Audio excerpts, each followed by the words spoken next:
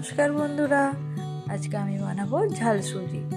ঝাল সুজি বানানোর জন্য প্রথমে কড়াই তেল দিয়ে দেব। তেল গরম হয়ে গেলে ফোড়নে দিয়ে দেব গোটা জিরে, দুটো শুকনো লঙ্কা ও কারি পাতা। ফোড়নটা ভালো করে হয়ে গেলে দিয়ে দেব কেটে রাখা গাজর, ফুলকপি, বিট কড়াই ও ক্যাপসিকাম। সব কিছুক্ষণ ভেজে নেব।